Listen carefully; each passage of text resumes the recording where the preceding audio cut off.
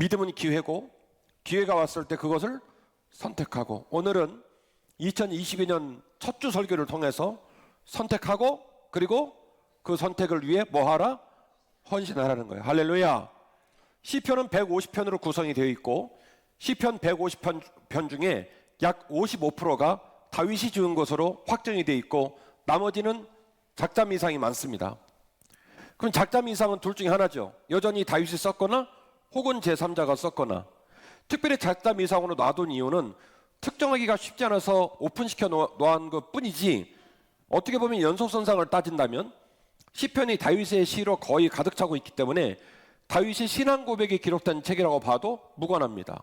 그리고 시편 1편은 시편 150편 중, 여러분 글이 길고 내용이 복잡하면 저자는 그 글을 읽는 사람들이 낙담할까봐, 그 의미를 파악하는 데 어려울까봐 서문, 그 글의 앞쪽에다가 자기가 쓴 글에 대한 요약본을 붙여놔요.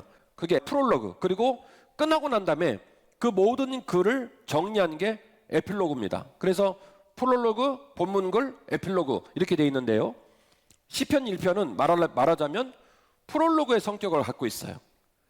그래서 진짜로 시편이 시작되는 건 시편 2편부터 시작된다라고 보고, 시편 1편은 시편 2편부터 150편까지의 프롤로그 역할을 하고 있다. 다시 말씀드리면 결론 같은 서론이에요. 결론 같은 서론이긴 하지만 그 안에 말하고자 하는 핵심이 담겨져 있다, 이런 얘기죠. 그래서 우리는 집중해 보아야 할 필요가 있습니다. 여러분 기억하십시오. 하나님을 선택하고 그 말씀에서 에너지를 공급받아야 합니다. 할렐루야. 자, 오늘 본문 설명드릴게요. 오늘 본문의 주어는 이렇게 시작합니다. 복 있는 사람은. 복 있는 사람은. 여러분 이 말은 자기가 하는 말이에요? 남이 하는 말이에요? 남이 하는 말이에요. 남이 평가해 주는 거예요. 저 사람은 뭐 있다? 복 있다. 우리 목사님 복 있다. 우리 장로님 복 있다. 우리 성도님 복 있다. 우리 권사님 복 있다. 할렐루야. 남이 평가해 주는 거예요. 자기 주장이 아니라 남이 얘기해 주는 거예요. 그 사람 뭐 있다? 복 있다. 그런데요, 그 복 있는 사람이라는 주어가 어떻게 이어지냐면, 복 있는 사람은 악인들의 꾀를 따르지 않고 죄인들의 길에 서지 않고 오만한 사람, 교만한 사람 자리에 앉지 않는다는 거예요. 반복되고 있는 행위의 특징이 있습니다. 계속 뭘 하고 있는 거냐면 선택하고 있는 거예요. 악한 일을 꾀하는 사람이 꼬입니다. 이거 하자고. 그런데 선택하는 거예요. 누구를 선택하냐면 악한 일을 선택하지 않고 하나님을 선택하고. 죄인들이 서 있습니다. 그 죄인들이 서 있는 자리에 돈이 있습니다. 관직이 있습니다. 내가 원하는 무엇인가가 있습니다. 그래서 보니까 거기가 어디냐면 죄인들이 서 있는 자리예요. 그때 또 뭐 하는 거예요? 선택하는 거예요. 누구를 선택합니까? 하나님을 선택하는 거예요. 오만한 자리, 교만한 자리. 거기 올라가면 사람들이 추앙할 것 같습니다. 마음이 흔들거리죠. 그때 또 선택합니다. 누구를? 하나님을. 믿음이 뭐냐? 믿음은 선택을 하는 거예요. 생애 노정에 끊임없이 내게 기회가 다가오고 선택해야 될 무슨 일이 다가올 때 선택하는 거예요. 자리가 다르고 만남이 다르고 상황이 달라도 항상 선택은 하나예요. 누구를 선택하느냐? 하나님을 선택하는 거예요. 그래서 믿음은 하나님을 선택하고 그 말씀 앞에서 에너지를 공급받는 거예요. 우리가 선택을 했다고 하지만 그 선택을 지키는 일이 만만치가 않죠. 그래서 오늘 본문의 말씀은 뭐라고 말하냐면, 복 있는 사람을 옆에서 지켜보니까, 복 있는 사람과 함께 살다 보니까 내가 이걸 깨달았다. 그는 언제 어디서 무엇을 하든지 항상 누구를 선택하더라? 하나님을 선택하더라. 그러니까 오늘 세 가지 예는 세 가지로 끝낸 게 아니라 우리들의 일상생활 속에 있는 수많은 선택의 예를 든 거예요. 사적인 자리든 공적인 자리든 무엇을 하든지 복 있는 사람은 동일한 선택을 하더라는 거예요. 누구를 선택해요? 하나님을 선택하더라는 거예요. 할렐루야. 같이 하십시다. 악인은 반드시 망한다. 아멘이십니까? 여러분, 제가 종교 지도자로 드리는 말씀이 아니라 생각해 보시면 정신이 드실 거예요. 예, 악인이 잘 될 수 있습니다. 악인이 돈을 잘 벌고 악인이 높은 자리에 있고 악인이 잘 나갈 수 있습니다. 그러나 악인은요 반드시 망합니다. 그 망하는 시점이 200년 후, 300년 후라고 한다면 관측이 불가능하죠. 너무 길어가지고. 근데 생각해 보면요, 짧으면 한 달 안에 망하고요, 길어봐야 30년 못 갑니다. 그 말은 무슨 얘기냐? 악인이 반짝반짝거리다가, 악인이 잘 되다가, 악인이 갑질하다가 끝내 악의 대가를 치르고 끝내 악 때문에 망하게 되는 걸 우리가 사실은 눈으로 본다는 거예요. 다만 인간은 크고 좋고 귀한 것만 보는지라 그 악인의 끝을 잘 인식을 못할 뿐이지, 악인은요 반드시 결단나게 돼 있어요. 악인들이 여러분을 꿰을 때, 죄인들이 자리에 여러분을 부를 때, 교만한 자리, 오만한 자리 여러분이 계속 꼬임을 받을 때, 그때마다 선택을 하셔야 돼요. 누구를 선택하느냐? 살아계신 하나님을 선택하는 거예요. 그리고 그 선택을 유지하는 일이 쉽지 않기 때문에 오늘 본문의 말씀은 그 선택을 유지하는 노하우, 비결을 얘기합니다. 그 선택을 유지할 수 있는 동력을 말합니다. 그는 어떻게 사는 줄 아느냐? 여호와의 율법을 즐거워하고 그 율법을 주야로 묵상하는 사람이더라. 지금 우리로 말씀을 드리면 말씀을 사모하고 그 말씀을 주야로 묵상하며 살더라. 자기의 생각과 자기의 마음 안에 말씀이 계속 드리워 있으면 그 말씀이 에너지를 준단 말이에요. 이게 결론이에요. 무슨 결론요? 누가 복 있는 사람이냐? 어떻게 하면 복 있는 삶을 사느냐? 2022년의 벽두에 365일 이 1년 52주 예배를 드리며 내가 살아온 족적을 볼 때 우리 자녀들이, 나를 아는 지인들이, 저 권사님은, 저 목사님은, 저 장로님은 복 있는 사람이시여 라고 평가를 받는 노하우는 뭐냐? 우리의 삶의 선택에서 항상 누구를 선택하고? 하나님을 선택하고, 그 선택을 유지하는 동력을 어디서 받고요? 여호와의 말씀으로부터 받는 거예요. 말씀을 사모하고 말씀을 사랑하고 그 말씀을 주야로 묵상하며 그 말씀의 동력을 받고 연료를 받아서 끝까지 그 선택을 유지할 수 있는 힘을 따라 또박또박 걸어간다라고 하는 겁니다. 로마서 8장 5절 말씀이 이한데요, 육신을 따르는 자는 육신의 일을, 영을 따르는 자는 영의 일을 생각하나니 육신의 생각은 사망이고 영의 생각은 생명과 평안이니라. 육신의 생각은 하나님과 원수가 되나니 이는 하나님의 법에 굴복하지 아니할 뿐만 아니라 할 수도 없습니다. 육신에 있는 자들은 하나님을 기쁘게 하실 수 없느니라. 아멘. 육신에 있는 사람, 선택을 했는데 하나님은 선택 못한 사람, 그 육신에 있는 사람은 절대로 하나님을 기쁘게 하지 못한다는 거예요. 그리고 반대로 하나님과 하나가 되어서 육신의 생각과 원수가 되어 거절하고 저항하며 사는 사람에게는 생명과 평안이 있다는 거예요. 하나님 주시는 생명과 평안이 있다는 거예요. 할렐루야. 여러분 여쭤볼게요. 사는 거 힘들어요? 힘들어요? 사는 거 힘들어요? 힘들어요? 힘들어요.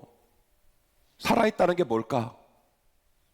내 돈, 내 건강, 내 자식, 내 기업, 우리가 생각하는 그 삶의 보람과 열매라는 게 뭘까? 한여름밤의 꿈 같은 것들이에요. 하나님께서 저와 여러분의 삶을 긍휼히 여기시고 그 인생의 도정에 바람이 불고 가뭄이 있고 어려운 일이 있다 할지라도 하나님의 생명을 주시고 평안을 주셔서 완주할 수 있도록 도우시기를 주의 이름으로 축원합니다. 인생은 어차피 선택하는 거예요. 그래서 이 신년의 벽두에게 여러분에게 제안합니다. 여러분이 항상 인생을 걸어가다가 물질 문제로, 직업 문제로, 자녀 문제로 인생의 모든 만남에서 어떤 결정을 내린다 할지라도 2022년도는 항상 하나님을 택하시기를 주의 이름으로 축원합니다. 그곳에 생명이 있기에, 그곳에 평안이 있기에, 그곳에 생의 가치가 있기에 하나님을 택하시기를 주의 이름으로 축원합니다.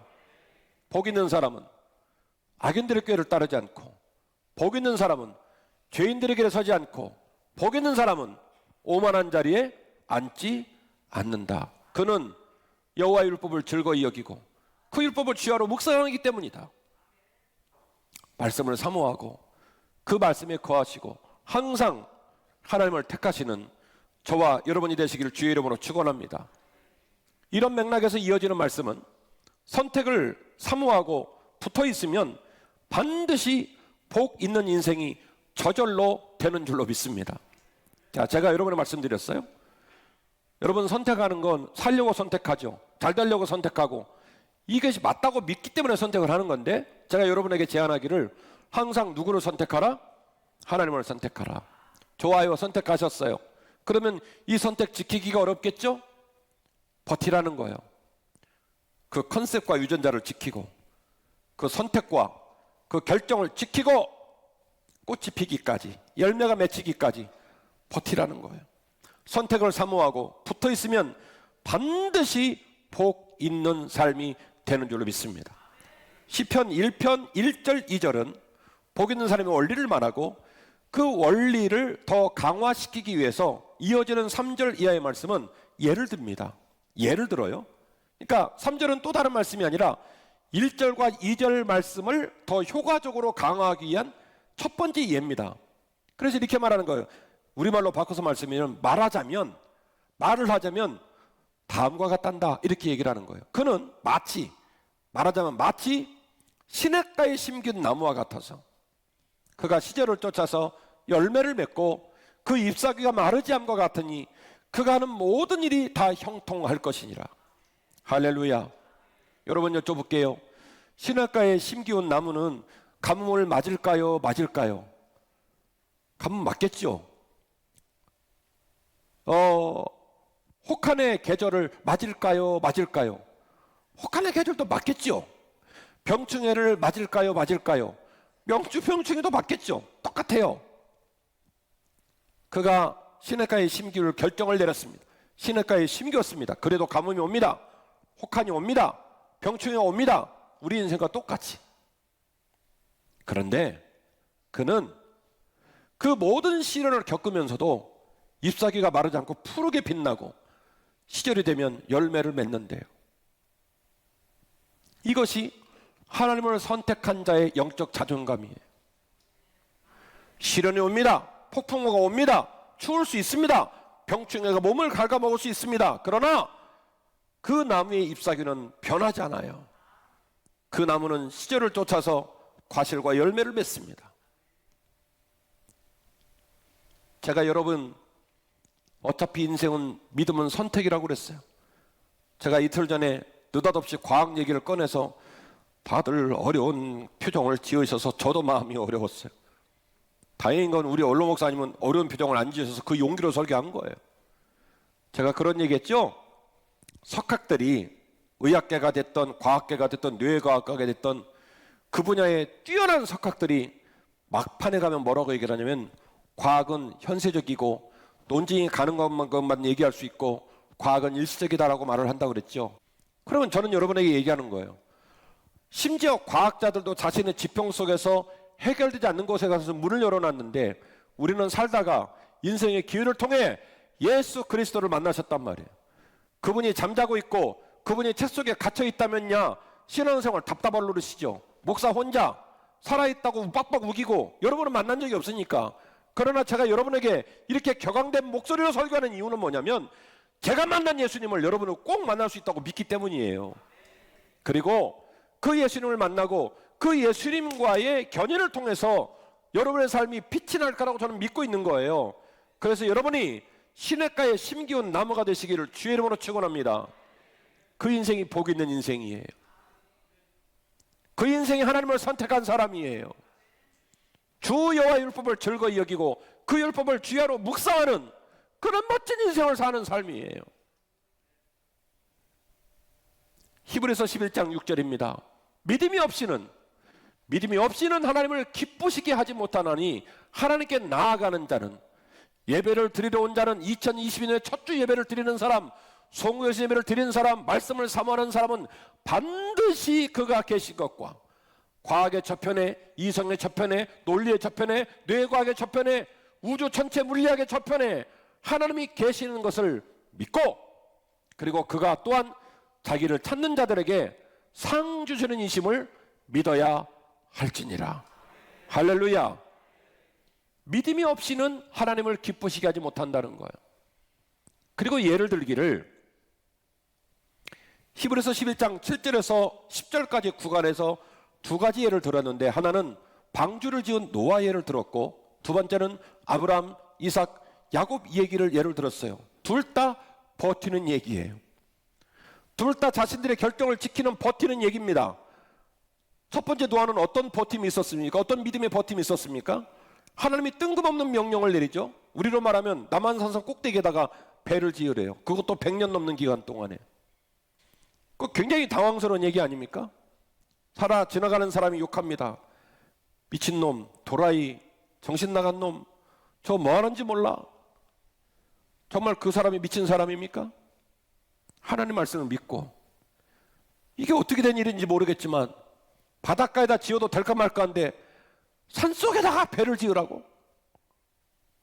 이성, 논리, 판단, 과학으로는 설명이 안 되는 거예요.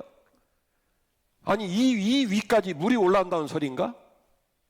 이 배를 어떡하려고 이러시지? 나는 알 수 없지만 그분께서 하라 하시니 내가 그분을 선택하고 그 선택을 지키겠다. 무려 100년이 넘는 기간 동안. 이것이 누구의 믿음이냐면 노아의 믿음이었어요. 아브라함 얘기로 넘어가죠. 하나님이 아브라함에게 약속을 주셨습니다. 내가 너의 후손으로 하여금 하늘의 별과 같이 바닷가의 모래가 잘 것이다. 아브라함 감동받았습니다. 근데 자신의 임기 동안에, 자신이 사는 동안에 이루어져야 안 이루어져요? 아직 안 이루어져요. 둘 중에 하나죠. 하나님이 뻥을 치셨거나 두 번째는 아직 시간이 안 된 거예요. 아브라함은 후자를 택했어요. 그래서 아브라함에게 있었던 그 믿음에 대한 버팀, 그 믿음에 대한 기다림을 누가 이어받았냐면 이삭이 두말 없이 이어받았어요. 대단한 집이에요. 놀라운 건 이삭 때도 안 됐어. 그래서 이번에는 또 무슨 조치가 나오냐면 그의 아들 야곱이 또 물려받은 거예요. 그리고 이스라엘 12지파는 야곱의 12아들로부터 시작을 한 거예요. 비록 시작은 야곱에 시작됐지만 그 뿌리는 어디냐면 아브라함으로 보는 거예요. 본문 말씀 읽어드릴게요. 히브리서 11장 8절. 믿음으로 아브라함은 부르심을 받았을 때 순종하여 장래 유업으로 받을 땅에 나아갈새 갈 바를 알지 못하고 나갔고, 믿음으로 그가 이방 땅에 있는 것 같이 약속의 땅에 거류하여 동일한 약속을 유업으로 받은 이삭 및 야곱과 더불어 장막에 거하였더니, 이는 그가 하나님이 계획하시고 지으실 터가 있는 성을 어떻게 했다고요? 바라고 기대했기 때문이다. 멋있죠? 이와 동일한 맥락 속에서 요한복음 15장은 예수님께서 이런 말씀을 하십니다. 믿음이 뭔 줄 아니? 믿음으로 산다는 게 뭔 줄 아니? 예를 하나 들겠다. 내가 포도나무고 너희들이 가지와 같아. 포도나무 가지가 포도나무에 붙어 있으면 열매를 많이 맺고 떨어지면 죽는다. 제가 옥상에 포도나무 한 그루를 기르고 대추나무 한 그루를 길러요. 대추가 엄청 컸어요. 이번 가을에도 대추를 따가지고 새벽예당 온 식구들한테 나눠줬는데 너무 감사한 건 한 톨도 안 남기고 다 가져갔어. 너무 감사하고. 대추를 추수하고 나면 전지를 해요. 근데 그 옥상에 지내는 대추가요, 얼마나 가지를 세게 뻗는지 굵습니다. 근데 그걸 톱으로 다 잘라서, 부목사님으로 같이 잘라서 내려놓으면요, 그 가지에 막 잎사귀가 많이 붙어 있죠. 반나절 지나면 시들고요, 그 다음에 새벽 예배 마치고 오면 다 떨어져요. 아무리 풍성하고 아무리 푸른 빛이어도 가지가 나무에서 뚝 떨어지면 그 자리에서 시들기 시작해요. 주님이 말씀하셔요. 얘들아, 믿음이 뭔 줄 아냐? 믿음으로 산다는 게 뭔 줄 아냐? 네가 다 하는 게 아니라, 네가 책임지는 게 아니라, 네가 길을 열어가는 게 아니라 나한테 붙어 있는 거야. 나한테 붙어 있으면 내 몸으로부터 진액이 나가. 내 몸으로부터 영양분이 들어가고 수분이 들어가. 그래서 네가 말이다, 반드시 열매를 맺을 수 있어. 제가 지금 시편 1편을 여러분에게 소개하고 로마서 8장 그리고 이어지는 요한복음 15장을 하나의 키워드로 이어가고 있는 거예요. 믿음은 선택이고 그 믿음은 선택을 지키는 것이다. 하나님을 선택하고 그 하나님을 선택한 그것을 뭐 하는 거예요? 지키는 거예요. 결론입니다. 의인의 길에 인생의 복이 있는 줄로 믿습니다. 아멘. 오늘 본문의 말씀 4절입니다. 악인들은 그렇지 아니하며 오직 바람에 나는 겨와 같도다. 그러므로 악인들은 심판을 견디지 못하며 죄인들이 의인의 모임에 들지 못하리로다. 무릇 의인의 길은 여호와께서 인정하시나 악인들의 길은 망하리로다. 개역개정판은 의인의 길을 여호와가 인정한다라고 표현을 했는데 우리말 성경은 사본을 연구하면서 그 표현이 좀 미진하다고 판단을 했어요. 그래서 뭐라고 표현하냐면 의인의 길은 여호와께서 인정한다는 말을 바꿔놨는데 뭐라고 바꿔놨냐면 의인의 길은 여호와께서 보호하시나 적극적인 의미로 바꿔놨어요. 여러분 질문 들어갑니다. 대답 잘하세요. 시편 1편 6절에서 말하고 있는 4절에서 6절에서 말하고 있는 의인은 누굴까요? 하나님을 선택한 사람. 그래서 뭐 있는 사람? 복 있는 사람. 그가 완벽해서 복 있는 게 아니라 하나님을 선택해서 하나님이 지켜봐 주시고 하나님이 보호해 주셔서 그가 뭐 되는 거예요? 의인 되고 복 있는 사람 되는 거예요. 저랑 여러분은 부족해요. 가장 속상한 건 뭐냐면 몸부림쳐도 기다려도 안 바뀔 것 같아 라는 생각이 들면 그 절망감은요 뼈에 스밉니다. 자녀, 부부, 직장, 사업장, 돈, 건강. 사람은 자기 입장 대봐야 알아요. 돈 때문에 막 어려운 사람은요 신기하게도 돈 때문에 어려운데 건강이 엄청 좋아. 근데 건강이 엄청 좋다는 거를 돈 때문에 어려움 당하니까 못 느끼는 거예요. 근데 돈으로 굉장히 여유가 있는데 이상하게도 건강이 안 좋아. 이쪽 고쳐놓으면 이쪽이 안 좋고 이쪽 고치면 이쪽이 안 좋고 아니 무슨 뭐 전국 순회도 아니고 막 이런단 말이에요. 이상해요. 우리 인생은 다 약점이 있어요. 우리 인생은 다 부족함이 많아요.